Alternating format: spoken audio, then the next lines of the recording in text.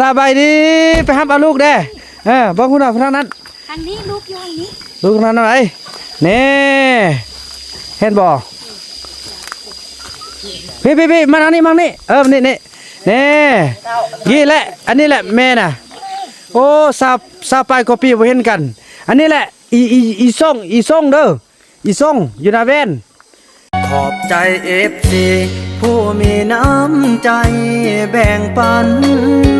เหมือนฟ้าบันดาลให้สร้างรายการนี้มาสวยเหลือคนทุกข์คนจนหรือคนด้อยกว่าด้วยแห่งศรัทธาบุญนำพาได้มาร่วมทาง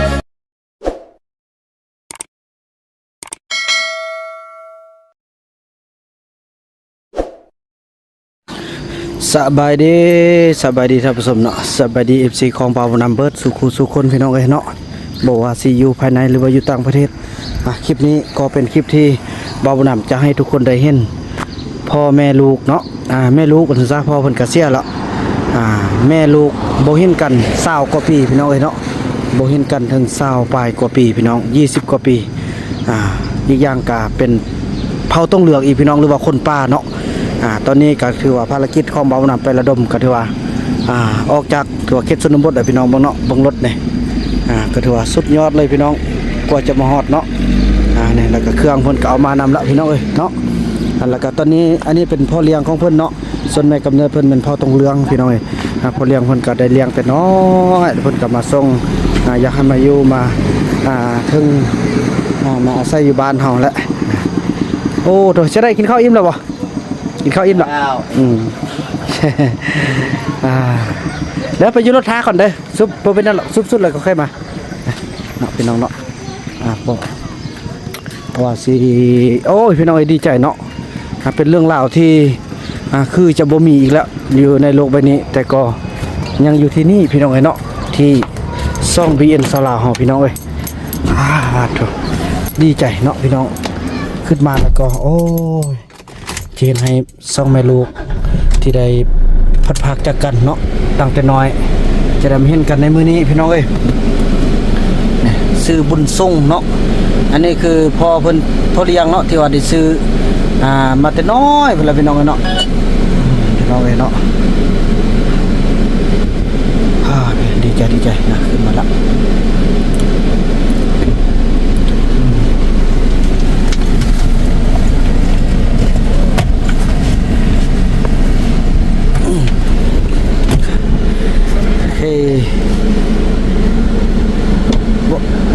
อันนี้ไงใครมาอันนี้ไงบ่ได้ได้ละได้ละเบิ่ละพี่น้องเอ้ยจังซั่นละเกี่ยมเครื่องกลับบ้านกันเดี๋ยวว่ากินข้าวกินน้ำอิ่มกันวันละเนาะข้าวอิ่มแล้วถือว่าเพิ่นก็ถือว่าตั้งแต่เกิดมาเนี่ยบ่เห็นเธอได้แนวหน้าแม่น่ะเนาะบ่เห็นจักเทื่อแต่ก็ได้ยินแต่เขาเว้าบ่แต่ว่าเป็นน้าไปได้ก็บ่เห็นเนาะแต่ว่าพ่อฮู้แล้วว่าเสียแล้วเนาะยังแต่แม่เนาะแต่ว่าบ่เคยเห็นจักเทื่อเนาะแต่ว่ามื้อนี้เฮาไปเบิ่งเนาะเห็นก็สบายดีเพิ่นเด้อคือว่าแหละจากกัน20กว่าปีคงจะสุคนสิบ่จื้อกันเลยว่าหน้าตาเป็นจังได๋เนาะแต่ว่าให้ฮู้ว่าเป็นพ่อแม่ลูกกันเด้อแล้วก็บอกเพิ่นไปก็โอ้สบายดีแล้วก็ไปกลับคืนไปดูแลเลี้ยงเพิ่นบัดนี้เนาะเลี้ยงช่วยกันเดี๋ยวเอ้ยจังซั่นแหละพบกันต่อไปเด้อพี่น้องเพิ่นอยู่บ้านพ่อต้องเรื่องเขาเลยพี่น้องเนาะกับภาพบรรยากาศที่ซ่อมแม่ลูกจะได้พอกันห่างกัน20กว่าปีพี่น้องเนาะพี่น้องเอ้ยแต่แล้วเขาก็เดินทางมาโอ้ตะกี้เคยเห็นมันบ่เคยเห็นลงเฟซน่ะตอนน้องไปเฮ็ดเวียงอีเวียงไม่เห็นมันผู้ดีแทนบ่เขาเป็นคนดังเนาะแม่นแหละเกิดเดียวกันนั่นนี่แล้วนี่แหละอันนี้แหละประเทศไทยกูบาติดต่อหาหรือเปล่ากูบาติดต่อฮะบ่มันส่งข้อความนะส่งข้อความมันนี่แหละเจ้าของเฟซนะมาแล้ววันนี้มาฮอดมาถึงละพี่น้องเพิ่นเคยเห็นกันอันอยู่ทางเฟซเพิ่นบ่ฮู้ได้ว่าบ่าวบุญนำเป็นเจ้าของเฟซเนาะนี่แหละมาน่ะนี่แหละโอ้มาหยุดสบายดีไปหับเอาลูกเด้บ้องคุณเอาทางนั้นทาง างนี้ลูกอยู่ทางนี้ ลูกนั้นอะไรนี่เห็นบ่พี่มาทางนี้มาทางนี้นี่นี่แหละอันนี้แหละแม่น่ะโอ้ซาไปกว่าปีบ่เห็นกัน อันนี้แหละอีส่งเด้ออีส่งอยู่หน้าแว่นอันนี้แหละลูกอีแม่น่ะฮะ เวลาสัมพันธ์ที่ น่าสัมพันธ์กับหน้าแว่นกันอันเดียวกันแหละแม่มึงคิงน่ะอันเดียวกันเลย อันนี้แหละแม่น้องน่ะอันนี้แหละแม่เท่ามี อันนี้แหละลูกแม่น่ะแต่ เพิ่นก็คือสิบ่ชื่อเนาะแปลว่า ชื่อมันอะไรตัว สู้คนสิบ่ชื่อกันเนาะตอนนั้นคงต้นหน่อยเนาะบ่เพิ่นมาโตแล้วซ้ำได้เอามาเลี้ยงซ้ำนี้บ่ โอ้อันนี้เนี่ยกว่า นี่กว่าโอ้ซ้ำนี้เนาะนี่ ไปซื้อมา น้อง แม่นพ่อนี่เป็นอันคนเอา เพิ่นไปซื้อ สบายดีบ่ เพิ่นนี่เอาไปซื้อมาเลี้ยงนี่ สบาย นี่โอ้นี่อันนี้แหละลูกเด้อลูกชายอีส่งอันนี้แม่นได้ยินว่าอยากไปป่าลูกลิแม่นกลูกอยากไปป่าอย่าเฮ็ดแม่ลูกเอ้ยแสดงลูกอยากไปป่า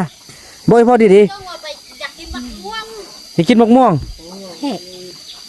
แล้วสิไปยังบ่บอกอันพ่อนำดีๆไปเก็บเครื่องเลาะมันสติ๊กเมื่อติน้องบ่ได้บอกเด้อโอ้พี่น้องเอ้ยแล้วลูกบ่ยานนึหรือไปผู้เดียวน่ะนี่ลูกบ่ยาน ลองบอกเขานำดูลูกยา เมื่อพอเอามาเมื่อนั้น อันนี้แหละมามื้อนั้นน่ะย่าบัดนี้คันยาแล้วบอกพ่อนำสิพาไปเอาเด้อเนี่ยว่าตาแดงสินี่เบิ่งเนี่ยไปตาแดงสินี่ มีเป็งนัว โอ้เกี่ยม ส่งห่อเป็งนัวส่งห่อเอา เกี่ยมเป็นนัวเกี่ยมย่างไปได้มีอันเครื่องนั้นเอาใส่หุ่นยางนึ่งแล้วก็มีแซมหั่นแซมอัน โอ้ ย่างลูกเอาไปเกี่ยมเฮ็ดบีบมีแซม โอ้ เกี่ยมเป็นบีบเป็นบีบ ตายว่ามื้อนี้ไปพาลูกขึ้นไปเบิ่งเฮือนไป ให้ลูกไปเบิ่งงานไป ไปนี่เห็นบ่อายเพิ่นมาลิ้นมานำแล้วบัดนี้เพิ่นจะมาอยู่นำไปเนาะนำล้างเพิ่นขึ้นโอ้พี่น้องเขามาจักกันแต่สมบุญรอดเนาะ2 ปีไปมาเบิ่งได้20กว่าปีพี่น้องเอ้ย เอาไปท นี่เสด็จผู้เบาไปกับไปตะเบิ่งอยู่เนาะ บ่งาม บ่งามโอ้ เก่าหันอย่างงาม เอาพวกเก่าหั่นสุดยอดไปซอกเอาผู้มาสาวติ๊กเนี่ยเอาพวกเก่าเดี๋ยวนี้ ำพวกเราตื่น ไอ้นู่นดีแล้วซะดะโอ้ยอดตัดสินใจว่าจะเอาพวกเก่าดีเลยนี่พี่น้องเอ้ยเนาะนี่น้องอันนี้เป็นเฮือนที่ว่าได้สร้างให้แต่ละหลังน้องเอ้ยโอ้สบายดีพ่อนี่มาแล้วเด้อ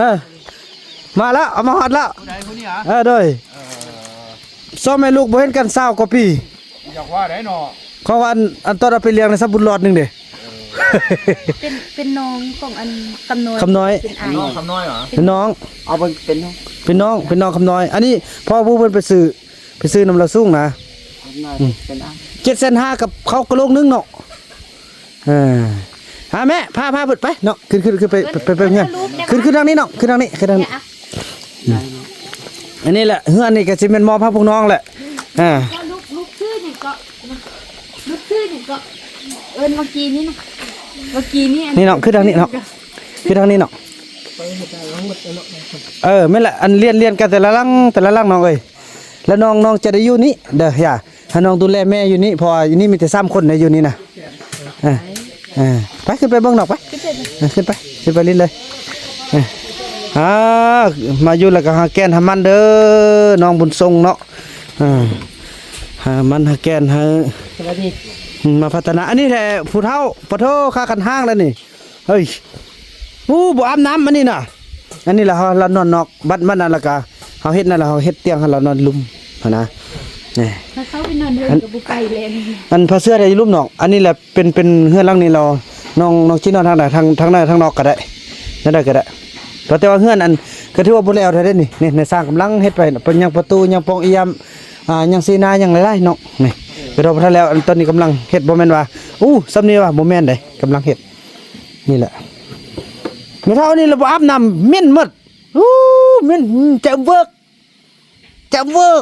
เหม็นมันนั่นล่ะเฮาให้เราอยู่ข้างล่างให้เตียงให้เราเพราะเราบ่มักอาบน้ำแท้ๆนี่น้องนี่น่ะ8 เดือนอาบเทื่อนึง บ้านนอนแล้วอ้าวนี่กับอันไอ้เยิงเขานอนกันมักนอนแล้วมัน แน่อันนี้นอนน้ำอายเด้ออันนี้ตั้งฮักตั้งเรื่องคือกันน้องอันนี้เป็นอัน เป็นน่วง แม่น เป็นล้าน ลูกคำน้อยเป็นอันเป็นล้านจ้ะ เป็นล้าน เป็นล้าน เป็นล้านอัน ลูก ไอ้ยงหันได้เอิ้นเจ้าเป็นอาว ลูกอันคำน้อยผู้เขาไปนะอันเราคำน้อยเราเป็นลูกของอันแม่ตัวนี้ตัวเราเป็นน้องของอันคำน้อยนะอันนี้เราเป็นลูกของอันเป็นลูกของอันผู้อายโตหั่นนะแล้วน้องก็เอิ้นเราเป็นล้าน อันนี้ก็เอิ้นเป็นอาวเด้ออายองลูกเอิ้นเป็นอาวเด้อเอาส่งสิเด้ออันนี้ก็ลั่นยงว่าน้ำอาวได้ไหมเฮ็ดนี่สบายดีอาวไว้สบายดีอาวไว้สบายดีอาวนั่นมันนี่วันนี้คันอยากไปกินอันมะม่วงน่ะส่วนเอาไปเอากับข้าวปลาเก้งคือกันไปเปมะม่วงเด้อนี่มะม่วงขี้ทางนั้นแหละเข้าหูทางดอกไปแล้วบ่มันพาเข้าไปแล้วไปอยู่ป่าเลยเด้ฮอนดาละมาเด้ลูกเบิ่งก่อนไปฮู้ปันเด้อนะบ่บัดนั้นอาสิพาไปเลาะเองอ้ายฮู้หมดแล้วสิทักเฮ็ดนี่แล้วก็เข้าจุดีก็ฮู้หมดเนาะอยากกินมะม่วงก็พอดีไปเปมาให้แม่ก็เท่าก็แก้จังซี่แหละน้องเอ้ยนั่งลิ้นเพิ่นนั่งลิ้นอ้ายดีใจน้องเอ้ยดีใจที่พวกน้องได้มาพอกัน20กว่าปีเว้ยคันแม่นเฮาก็สิบ่จื้อกันตาเดี๋ยวนี้นี่มีเท่าแพทย์เด้อกินแห้งขนาดไว้เห็นเอาได้บ่ย่อมิ่นก็ดอกเมื่อบ่อาบน้ำเจ้านี่น่ะจะเวิร์กอันไปหาแม่เฮามีกับสติ๊กว่าอันแม่เฮามีเลยบ่ได้สนใจว่าอันที่หินที่บ้านนี่เฮาบุญไทยเป็นคนเอาไปเนี่ยมีลูก2คนเฮาบุญไทยเอาไปเบิดอันมีทั้งหมด3คนมีผู้หญิงผู้นึงนี่สิฟังอะไรก็อันนี้แม่นอันงานของสาลีแล้วสาลีหลังอันทางโป๊กเขาอีติ๊กอันนี้แหละมันของเจ้าไอ้นู่นไอ้คูนนั่นของหัวหน้าเผาอยู่เนี่ยเรียนกันไปหมดแล้วน้องเอ้ยแล้วน้องไอ้คิดว่าอยากให้อันอยู่นี่แหละเบิ่งแม่พ่อแม่เฮาก็บ่มีผู้ดูแลนะนั่นแหละก็เป็นแม่น้องแท้ๆเลยน้องอันนี้น่ะพ่อก็ถามเราแล้วพอวัดน่ะพ่อก็ซื้อคำดีตกลงไม่ตายอันนี้ลูกเด้อลูกอันนี้แหละความห่างเหินเนาะคือว่าแหละมันข้อว่าจักกันแต่น้อยเนาะสิมีบ่เห็นแต่น้องความตื่นเต้นของน้องก็สิธรรมดาเนาะเฮาบ่เคยอยู่นำกันเนาะเบิ่งโอ้สิน้องเลยคิวนี่แท้เนาะน้องคิวบ่กินมาเป็นบาทเลยเนาะฉะนั้นดูจิเดี๋ยวมื้อนี่จะให้เราอาบน้ำนี่อาบน้ำซักเครื่องนี่ก่อนมั้ยน่าจะต้อมหมดเดี๋ยวเฮานอนย่าหรือว่าเฮานอนในห้องเลยก็ได้เนาะนอนในห้องก็เลยบ่เป็นแนวดอกเนาะนอนนอกก็ได้บ่คันนอนนอกแล้วนอนนี่เนาะนอนนี่อันนี้อาจจะออกให้แล้วไปเลือกเอาผ้าเสื้อหันผ้าเสื้อมีผู้ละสุดก่อฮะไปซะได้ก่อเอาผ้าเสื้อมาเพิ่นก็เอาผ้าเสื้อมันแม่นั้นมีแล้วเนี่ยมีแล้วเพิ่นก็เฮ็ดประตูมันอาจสิซื้อโทรทัศน์ยังเอาไว้นี่ได้น้องหาลูกแน่หาลูกอยู่นี่เด้ออันนี้เป็นลูกชายลูกชายเด้ออียงกันอยากไปป้ากะไปนำเอาบัดนี้เด้อบ่ต้องไปผู้เดียวบัดนี้มีหมู่มีคู่อยู่นำแล้วบัดนี้นี่คือน้องเอ้ยจ้อยหมดแล้วน้องเฒ่าแก่หมดแล้วคือว่าแล้วบ่มีผู้ดูแลเนาะก็อีหยังก็ผู้เฒ่าผู้แก่ได้เนาะมันผู้ใดก็สำนี้แหละเนาะเฒ่ามาเนาะจังน้อยอาจสิพาไปเบิ่งกันดินทำการผลิตบ่นี่อันนี้เป็นเฮือน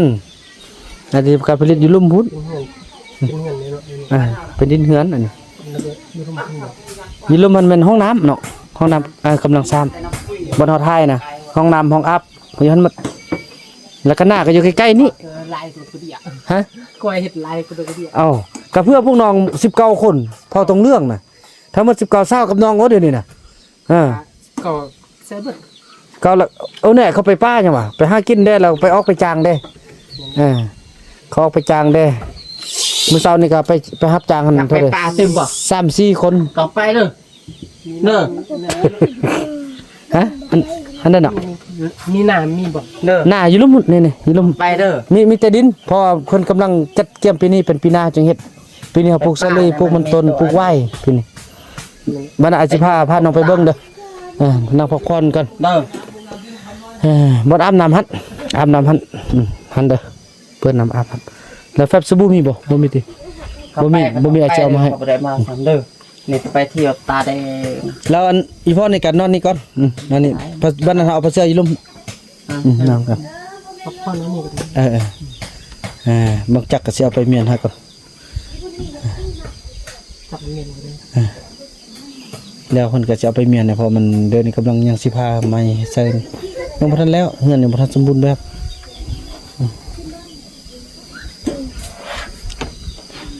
ดีใจละบัดนี้ฮอดกันละบัดนี้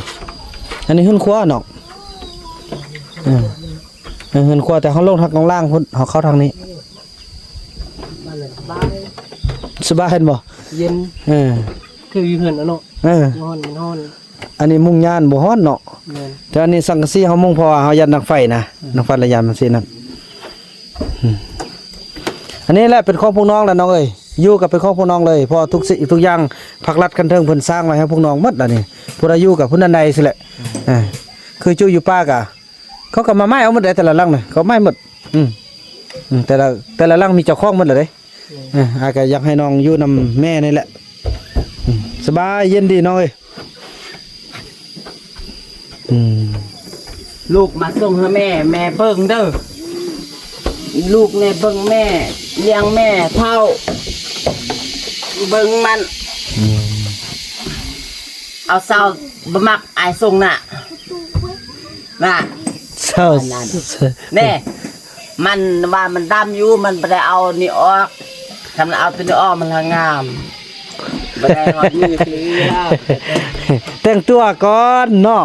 เบิ่งหามันก่อน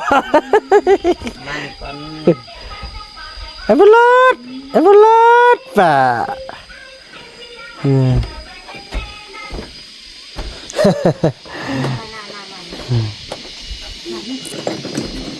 เฮ้ยป้าบุญมีก็สิ คนนี้งามเนาะงามทุกคนเนาะ เฮ้ยไอ้บุญมีเว้ยกี่สูงสับบุญรอดแล้วพี่น้องเอ้ยหมดเอ้าก็เพียงกันแล้วได้เนาะบ่รอดบ่ต้องห่วงเลยลูกเอาน้อง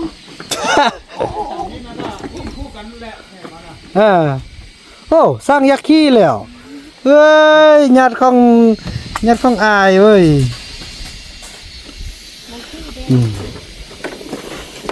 มื้ออาบน้ำเด้อเจ้าเด้อมื้ออาบน้ำเด้อมื้ออื่นเด้อโอ้บ่ได้แม่นบ่ตายเด้อก็ยังแม่นแล้วบ่ได้ดิบยันสิเยอะเซอร์ฮอตบอลซะนะพี่น้องเอ้ยทั่วเลยผู้เฒ่าเนาะผู้เฒ่านี่เป็นซะนี่แหละดาวน้องบันนัดอาจสิจัดการบอลให้เรานอนเอาเฮ็ดเตียงนอนดีๆข้างล่าง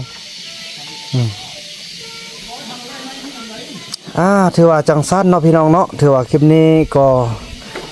ก็จะจบคลิปกันสำนี้ก่อนพี่น้องโอ้ดีใจที่ว่าทางซ่องเมโลเพิ่นกลับมาพบมาพ้อกัน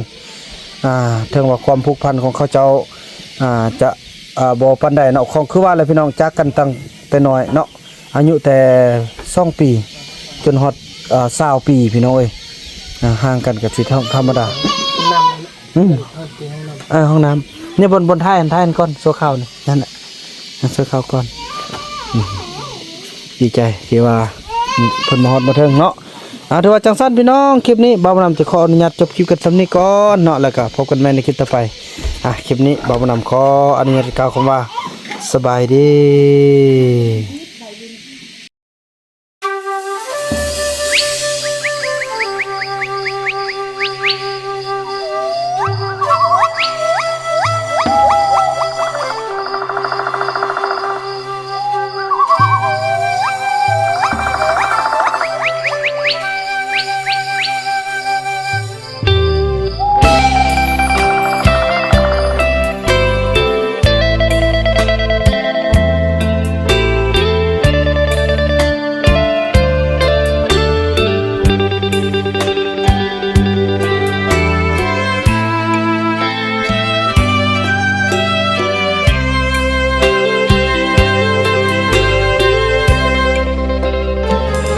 ชีวิตเกิดมา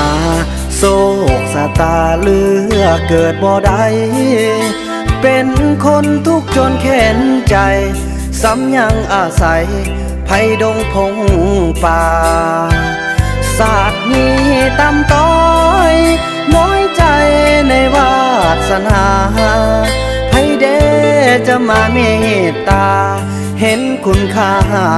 คนป่าเหล่านั้นอาศัยป่าเขาโฮมลำเนาแห่งนี้มานานกินเผือกมันเป็นอาหารเพื่อสวยประทังชีวิตวันจะมีภัยเห็นแสนลำเค็นทรมานฝนตกหำเปื้อนกายหนาวสั่นหลังคาบ้านห่มไม้คือเอาแสงเดือนเป็นเพื่อนสองทางยามเงาว้างเอาเสียงนางสนีเป็นเพื่อนเอาใบตองเป็นที่นอนห้องกายเปื้อนเอานกกาเป็นเพื่อนเหมือนเฮาบ่มีความหมายต้องอดสู้ทนเมื่อเป็นคนซื่อสาเกินไปนอนดินแม้นกินยอดไม้จำใจเฮาจนทนหิวบ่ได้วอนผู้ใจบุญสวยเกื้อกูลคนจนยากให้ขอเพียงมีผ้าห่มกายแบ่งปันให้สาวเผ่าต้องเหลือ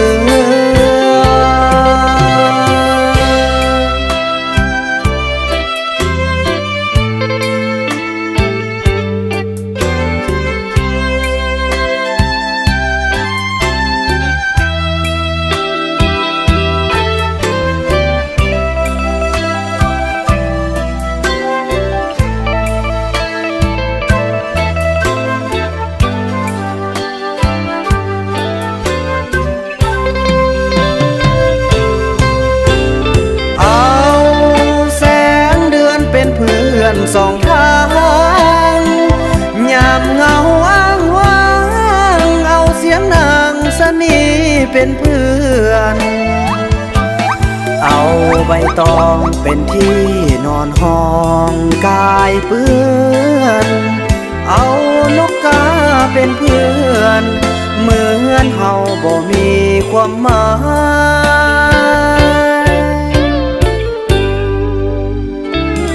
ต้องอดสู้ทนเมื่อเป็นคนซื่อสาเกินไปนอนดินแม้นกินยอดไม้จำใจเฮาจนทนหิวบ่ได้วอนผู้ใจบุญ